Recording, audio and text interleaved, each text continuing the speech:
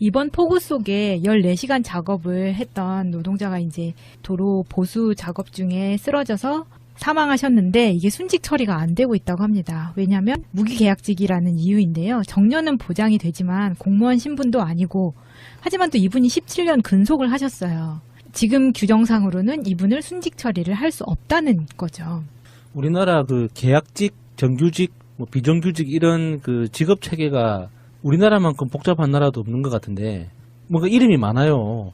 이 무기계약직도 쥐어짜낸 이름이잖아요. 그렇죠. 정규직 해주기 싫어서. 정규직도 예. 아니고 계약직도 아닌 예. 새로운 말이 생겼죠. 중규직이라고. 예. 그러니까 이게 과거에 우리나라 신분제를 다시 보고 있는 듯한 그런 기분이에요. 네.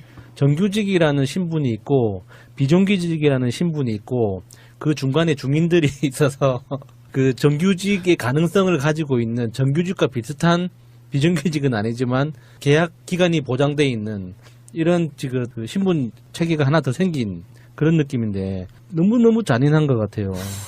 이런 거 좀 없애줬으면 좋겠는데 네. 이게 만약에 저 사람이 들어왔는데 저 사람이 뭐 계약직이야. 예를 들어서 회사에서 이런 사람을 이제 새로 사람을 뽑았는데 그게 소문이 나잖아요. 네. 그러니까 소문이라기보다는 어쩔 수 없이 밝혀지면은 그게 그때부터 뭔가 보이지 않는 선 같은 게 있는 거예요. 저 사람이랑 나랑 하는 일이 똑같고 같은 회사를 다니는데 네. 계약직이라는 이유만으로 어떤 되게 미묘한 차이를 만들어내는 거예요. 재밌는 게 저희 누나가 그 프랑스 성급 회사라고 선박 그 발주하고 관리하는 그 성급 회사에 다녔었는데 거기에 단기 계약직이었어요. 네. 단기 계약직이 매월 계약을 갱신하는 계약직이었는데 네. 그럼에도 불구하고 월급은 정규직이랑 똑같았어요. 그게 정상이죠. 그게 네. 그 단기 계약직과 정규직의 차이는 뭐냐면 일을 하는 사람이 나는 언제까지 다닐지 불확실하기 때문에 그냥 매달 그 계약을 갱신하겠다라고 이야기하면 그 계약 방법만 바꿔주는 거예요.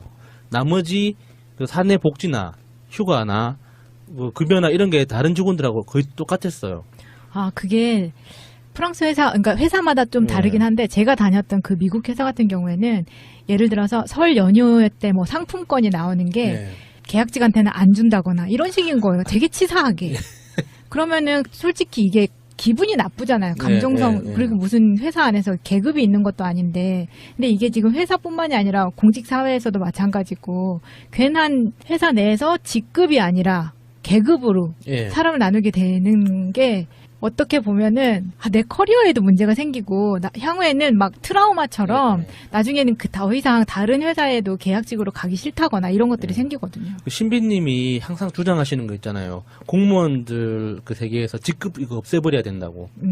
어차피 하는 일 똑같으니까. 다 하는 일이 똑같은데 없애버려야 된다고 하는데 저도 많이 공감하는 것 중에 하나가 공무원 그 노동자분들을 만났을 때 그 느꼈던 가장 마음 아픈 지점 중에 하나가 급수 때문에 신분 차별을 하는 것 때문이었어요.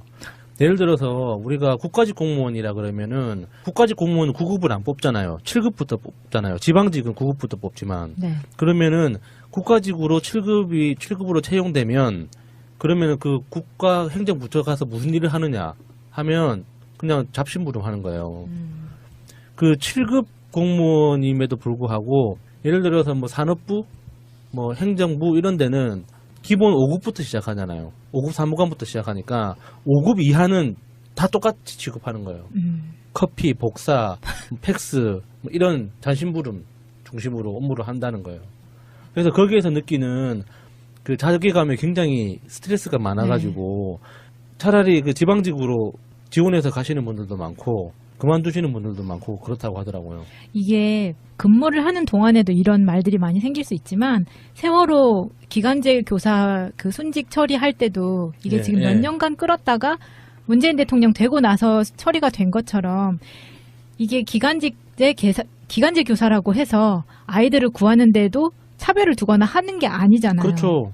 그리고 이분도 지금 돌아가실 때까지 이분이 17년간 근무를 하면서 말없이 자기 일을 수행하던 일을 매우 잘하는 사람이었다라는 평가를 받고 있는데 그러면 이분이 단순히 계약직이기 때문에 순직 처리가 안 되고 같은 일을 하는 다른 사람은 정규직이기 때문에 그 사람은 사고를 당해도 순직 처리가 되고 이거는 정말 현대판 노예제도 뭐 네. 이런 것 같잖아요. 이번에 돌아가신 이 고 박종철 씨 같은 경우는 자기 스스로는 공무원의 어떤 사명감을 가지고 있었기 때문에 포구 속에서도 이렇게 일을 하셨을 거 아니에요. 그러셨을 거예요. 네. 네. 그래서 더 안타까운 네. 거예요. 이게 무기계약직이 등장한 게 이제 단기계약직으로 있으면서 2년이 경과하면 정규직으로 채용하라는 그 네. 정부의 발표에 따라서 기업들이 꼼수를 부린 거거든요. 법에 사각지대에 있어요. 사실은 법에 규정이 돼 있지 않고요.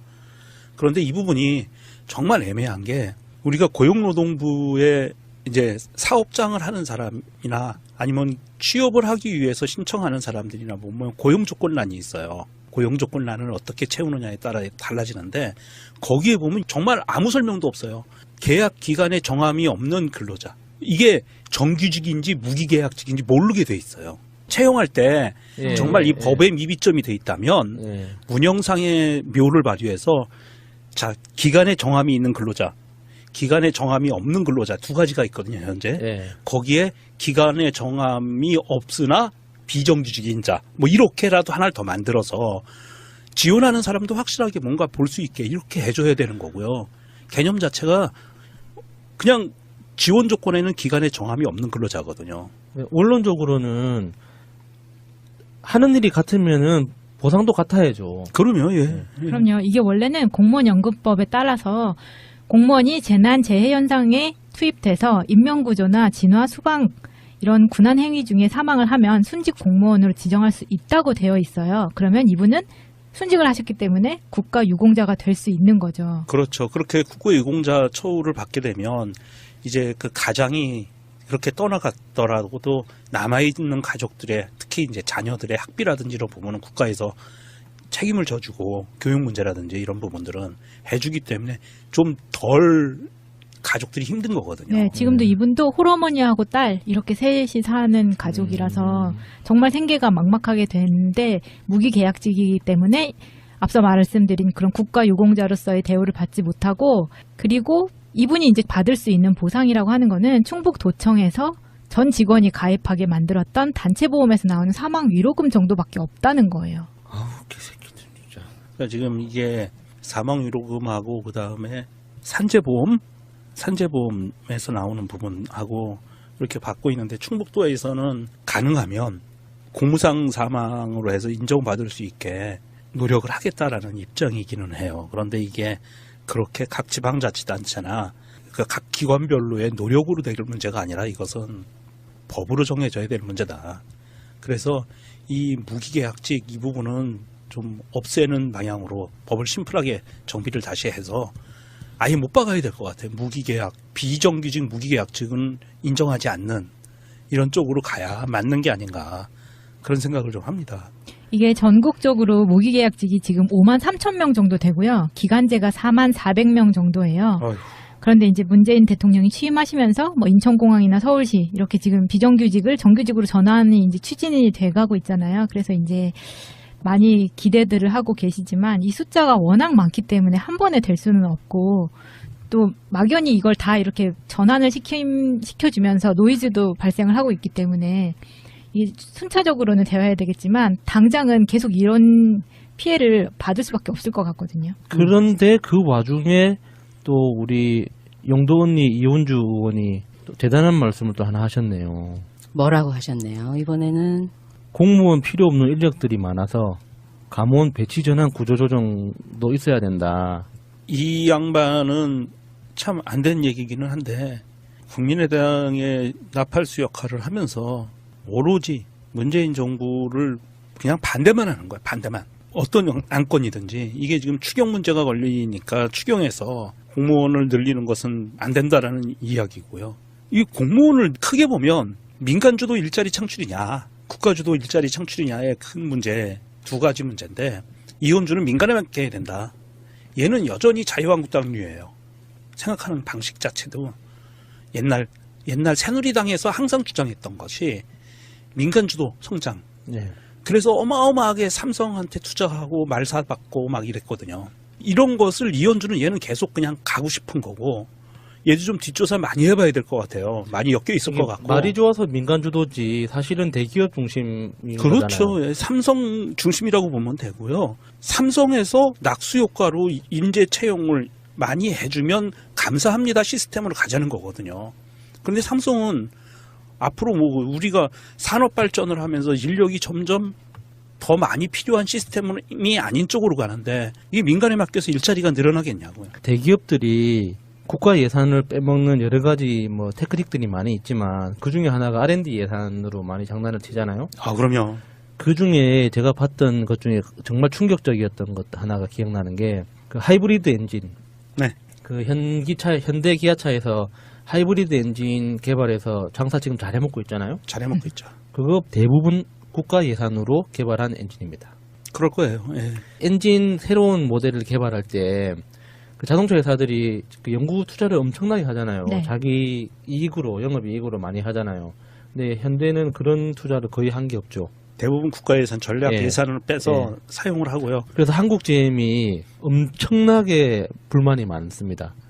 그러니까 R&D 그 과제 신청을 할 때 GM은 왜 안 하겠어요? 한국에 법인이 있고 자기들도 뭐 십몇만 명 고용해서 일자리를 만들고 있는데 당연히 누릴 수 있는 거잖아요.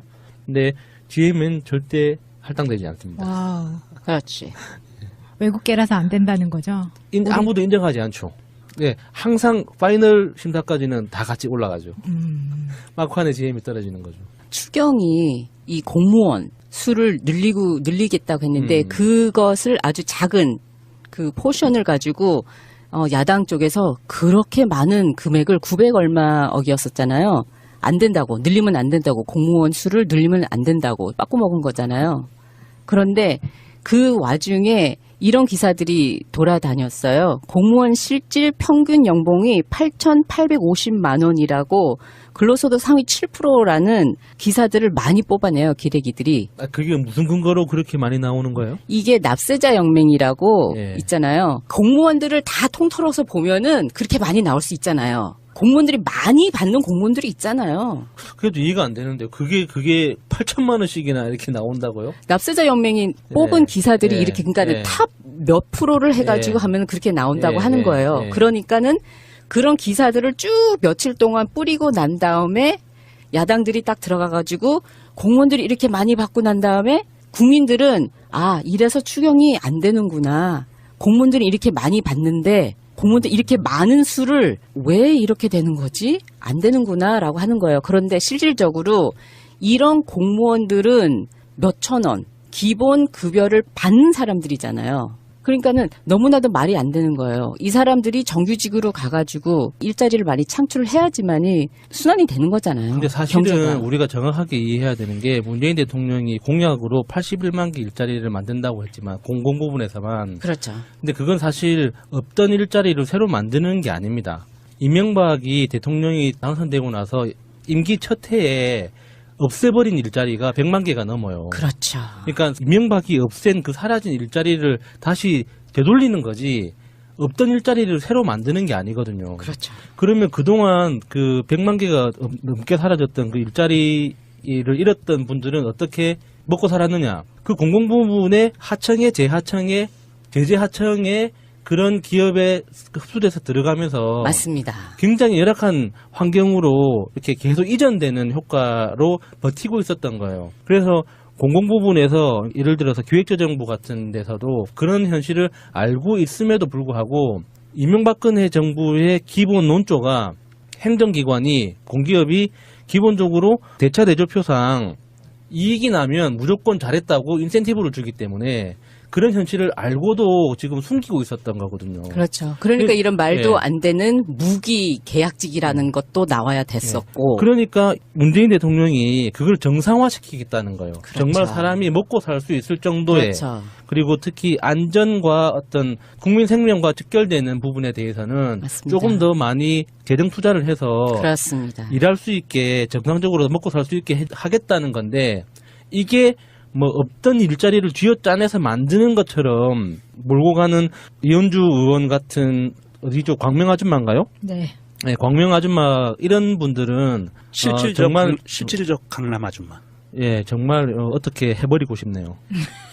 지금 계속 문제가 되고 있는 이 공공부문 일자리는 전 세계적으로 북유럽이라든지 뭐 남유럽도 그렇고요. 유럽 전체를 보면 사실은 이 복지국가로 가는 것은 큰 정부 하에서만 가능해요. 정부가 세금을 많이 걷고 그 다음에 공공부문의 일자리를 확충하고 복지 정책을 피고 하는 것 자체가 큰 정부가 많이 가능한 거거든요. 우리 IMF 이후로 작은 정부론이 대세였어요. 신자유주의 체제 하에서 정부는 간섭하지 말고 시장의 원리에 맡겨라. 지금 이현주도 얘기하는 건 이거예요. IMF 이후에 벌어졌던 상황, 한나라당과 새누리당이 지속적으로 강조하고 있는 그런 시스템을 이현주도 똑같이 지금 이야기하고 있는 거거든요. 적폐 세력의 등에 올라타는 것 같아요. 이현주 의원도 미국 유학파라고 알고 있는데 뭐 배우고 왔는지 잘 모르겠네요. 이현주 의원 소식. 이번 폭우 속에 14시간 작업을 했던 노동자가 이제 도로 보수 작업 중에 쓰러져서 사망하셨는데 이게 순직 처리가 안 되고 있다고 합니다. 왜냐하면 무기계약직이라는 이유인데요. 정년은 보장이 되지만 공무원 신분도 아니고 하지만 또 이분이 17년 근속을 하셨어요. 지금 규정상으로는 이분을 순직 처리를 할 수 없다는 거죠. 우리나라 계약직, 정규직, 뭐 비정규직 이런 직업 체계가 우리나라만큼 복잡한 나라도 없는 것 같은데 뭔가 이름이 많아요. 이 무기계약직도 쥐어짜낸 이름이잖아요. 그렇죠. 정규직 해주기 싫어서. 정규직도 예. 아니고 계약직도 아닌 예. 새로운 말이 생겼죠. 중규직이라고. 예. 그러니까 이게 보이지 않는 선 같은 게 있는 거예요. 저 사람이랑 나랑 하는 일이 똑같고 같은 회사를 다니는데 네. 계약직이라는 이유만으로 어떤 되게 미묘한 차이를 만들어내는 거예요. 그래서 재밌는 게 저희 누나가 프랑스 성급 회사라고 선박 발주하고 관리하는 성급 회사에 다녔었는데 거기에 단기 계약직이었어요. 네. 단기 계약직이 매월 계약을 갱신하는 계약직이었는데 네. 그럼에도 불구하고 월급은 정규직이랑 똑같았어요. 그게 정상이죠. 그게 네. 단기 계약직과 정규직의 차이는 뭐냐면 일을 하는 사람이 나는 언제까지 다닐지 불확실하기 때문에 과거에 우리나라 신분제를 다시 보고 있는 듯한 그런 기분이에요. 네. 정규직이라는 신분이 있고 비정규직이라는 신분이 있고 그 중간에 중인들이 있어서 정규직의 가능성을 가지고 있는 정규직과 비슷한 비정규직은 아니지만 계약 기간이 보장돼 있는 이런 지금 신분 체계가 하나 더 생긴 그런 느낌인데 너무너무 잔인한 것 같아요. 이런 거 좀 없애줬으면 좋겠는데 네. 이게 만약에 저 사람이 들어왔는데 저 사람이 뭐 계약직이야. 예를 들어서 회사에서 이런 사람을 이제 새로 사람을 뽑았는데 그게 소문이 나잖아요. 네. 그러니까 소문이라기보다는 어쩔 수 없이 밝혀지면은 그게 그때부터 뭔가 때문에 그냥 매달 계약을 갱신하겠다라고 이야기하면 그 계약 방법만 바꿔주는 거예요. 나머지 사내 복지나 휴가나 급여나 이런 게 다른 직원들하고 거의 똑같았어요. 그게 프랑스 회사, 그러니까 회사마다 좀 네. 다르긴 한데 제가 다녔던 그 미국 회사 같은 경우에는 예를 들어서 설 연휴 때 뭐 상품권이 나오는 게 네. 계약직한테는 안 준다거나 이런 식인 거예요. 되게 치사하게. 그러면은 솔직히 이게 기분이 나쁘잖아요. 감정성. 네. 그리고 무슨 회사 안에서 계급이 있는 것도 아닌데. 근데 이게 지금 회사뿐만이 아니라 공직사회에서도 마찬가지고 괜한 회사 내에서 직급이 아니라 계급으로 예. 사람을 나누게 되는 게 어떻게 보면은 내 커리어에도 문제가 생기고 향후에는 막 트라우마처럼 네. 나중에는 더 이상 다른 회사에도 계약직으로 가기 싫다거나 이런 것들이 네. 생기거든요. 신비님이 항상 주장하시는 거 있잖아요. 공무원들 세계에서 직급 이거 없애버려야 된다고. 어차피 하는 일 예, 똑같으니까. 다 하는 일이 똑같은데 없애버려야 네. 된다고 하는데 저도 많이 공감하는 것 중에 하나가 공무원 노동조합분들을 만났을 때 느꼈던 가장 마음 아픈 지점 중에 하나가 급수 때문에 신분 차별을 하는 것 때문이었어요. 예를 들어서 우리가 국가직 공무원이라 그러면은 국가직 공무원은 9급을 안 뽑잖아요. 7급부터 뽑잖아요. 지방직은 9급부터 뽑지만 네. 그러면은 국가직으로